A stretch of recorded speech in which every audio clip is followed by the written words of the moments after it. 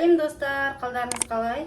Бүгін мен осындай дәмді, аштықсыз, тез жасалатын пончиктердің жасалу әдісімен бөлісейін деп жатырмын. Ол үшін бізге осындай 1 стакан айранымыз қажет. Егер де сіздер молырақ істейін десеңіздер, 2 стакан айран қосып жасасаңыздар болады. Енді бізге осындай 2 жұмыртқа қажет. Енді бір жұмыртқа қосып жасасаңыздар да болады. Міне 2 жұмыртқа қостым мен.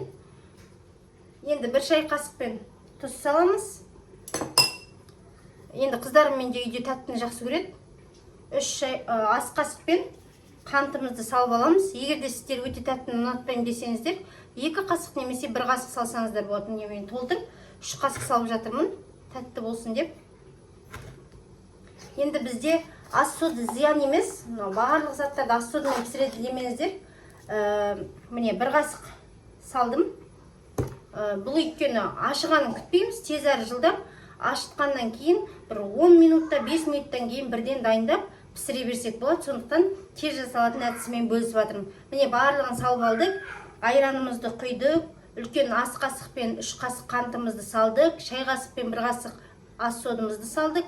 1 шай қасықпен тұзымызды салдық.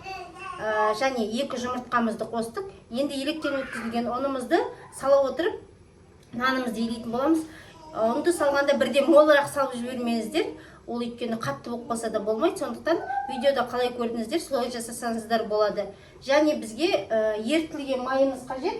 Оны мен міне осылай дайындап алдым.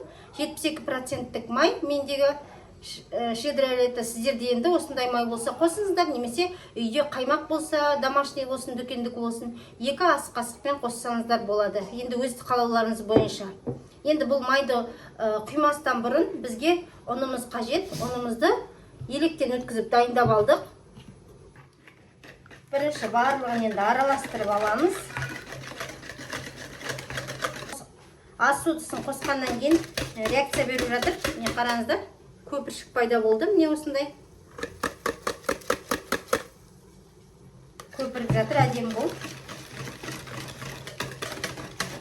Енді ұнымызды сала отырып бір араластырып жібереміз. Тез әрі жылдам дайындалатын уақытта алмайды. Қазір енді барлығын ашытып болғаннан кейін бірден майымызды қоямыз. Майымыз қайнаймыз дегенше біз нанымызды ысып тұратын боламыз. Мен тағы ұнымызды алып алайық.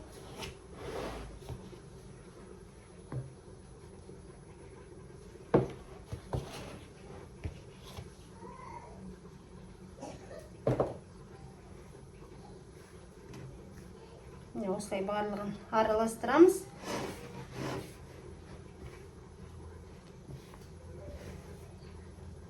Осылай бұқтырып шығасыздар.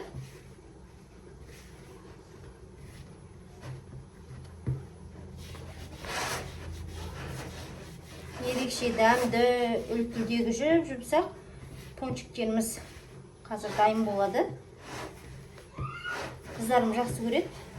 Мен аптасына 1 рет, 2 рет пісіріп тұрамын. Осы 1 рецеппен бірнеше нәрсені пісіруге болады. Енді бүгін мен осы пончиктің түрімен бөлісіп тұрмын. Міне енді майымызды ақырын құйып отырып, жарты бөлігін құйып араластырып аламыз бірінші.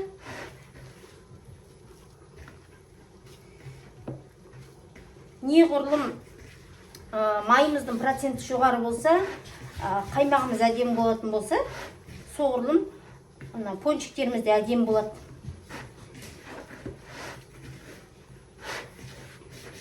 Егер де жаңағы осындай маргарин майын қосқанда проценті төмен қоссаңыздар, онда ол пончиктердің ортасы қатып қалады көп жағдайда. Енді кім қалай істейтінін білмеймін. Бірақ мен осылай майды әдемі процентінен қосам.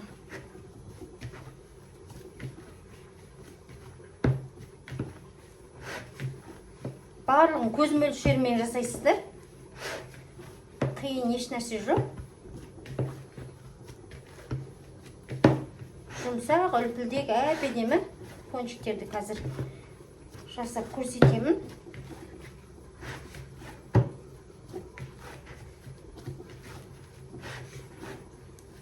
Бізге майымыздың жарты бөлігі де жеткілікті болды. Уақытты алған жоқ. Дайындап алған заттарымызды тез арада салып былғап, електен өткізілген ұнымызды да дайындап қойдық. Мен өзі кез келген бауырсаққа болсын, басқа печенье болсын, барлығын онды алдын ала шелекке бір шелек қылтып елеп дайындап қоям. Електен өткізіп, өйткені барлығы пирогтарыма болсын, барлығын електен өткізіп отырмайын деп, дайын ұннан сосын пайдалана берем.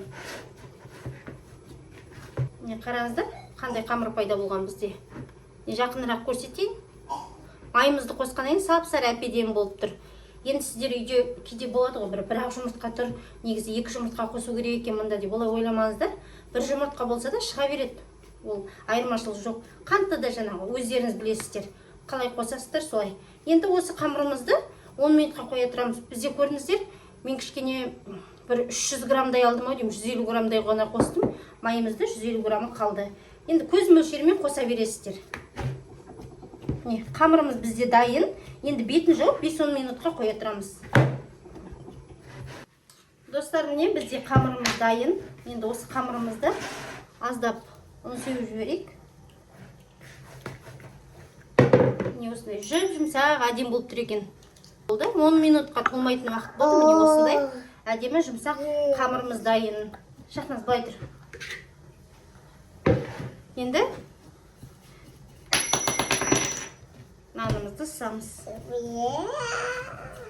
Өте қалың қылмаймыз, өте жұқа қылмаймыз. Міне осылай сызып аламыз.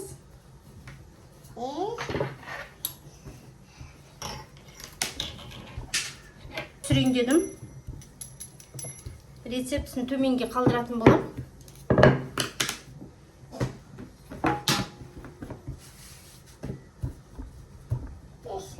Міне достар, мен қамырымызды сып алдым. Енді менде осындай кескіш бар. Кескіш дейме, не дейтін еді? Міне қолымда осындай, ортасына пончикке арналған, арнайы алған, бірақ енді шағындау болмады, үлкендеу екен, бірақ бола берсін деп отырмын. Шахназ. Менің қызымда болмай жатыр. Мен осындай көлемде алдым. Енді біз осымен осылай кесіп шығамыз. Осындай болып тұр. Әдемі болып, қазір ортасын кесетін боламыз. Енді қалғанын жасап шығайық. Күтпейсіздер, тез арада әдемі болып дайын болады. Сондықтан үйден сіздер міндетті түрде жасап көріңіздер. Көрсетейін. Қалған қазір дайындап болғаннан кейін көрсетемін. Уақытты алмай қояйын. Кесемен де кесе беруге болады. Енді көлеміне қарай шағындау кесе болса, сіздерде үйде енді не бар, сонымен жасай берсеңіздер болады. Ең бастысы дәмді әдемі болып шықса болды ғой. Міне, осылай барлығын кесіп аламыз. Бүгін өзі пирогқа заказдар, бәрі бір заказ болса толып кетеді заказ. Міне, осылай барлығын жасап шығамын. Міне, шахнасына саған. Күн аламыз да, міне ортасынан осылай бөліп аламыз. Міне, осындай болды. Әдемі болып тұр, көзге. Егер де дәл осы менің рецептіме жасасаңыздар, жазыңыздар. Міндетті түрде сіздерден жауап күтем. Менің каналыма тіркеліп кетіңіздер. Лайк басып кетіңіздер. Міне достар, мен барлық пончиктерді жасап шықтым. Міне осындай болып тұр. Әдемі болып, енді қазір пісіретін боламыз. Ал қалған ортаңғы бөлігін осылай дайындап алдық. Енді бұны да қазір майға салып, соңында пісіріп алатын боламыз.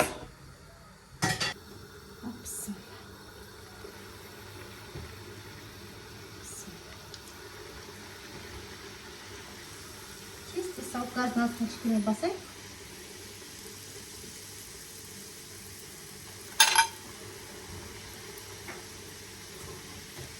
Қандай әдемі болып пісіп жатыр.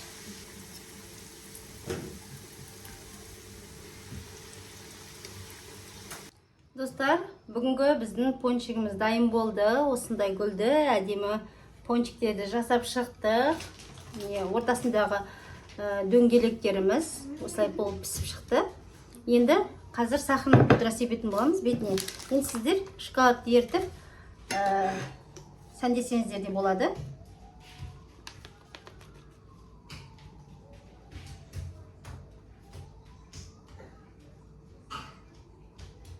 Міне осылай аздап сеуіп шығамыз.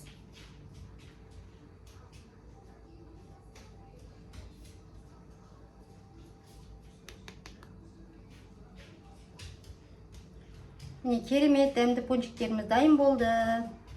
Тез жылдам, дайындалуына өте көп уақыт кеткен жоқ. Салып пісіріп жатқанда түсірдім жаңа. Міне осындай әдемі пончиктеріміз біздің. Каналға тіркеліп алыңыз. Енді дәмін сіздермен бірге көрейін. Қандай болғанын. Күшті болып тұр. Ортасын қараңыздар, қалай болып піскенін.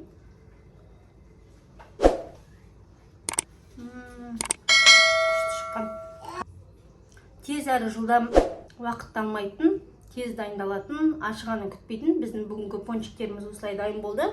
Каналға тіркеліп алыңыздар, лайк басып, комментарий жазыңыздар. Мен сіздерден қолдау күтем. Сау болыңыздар.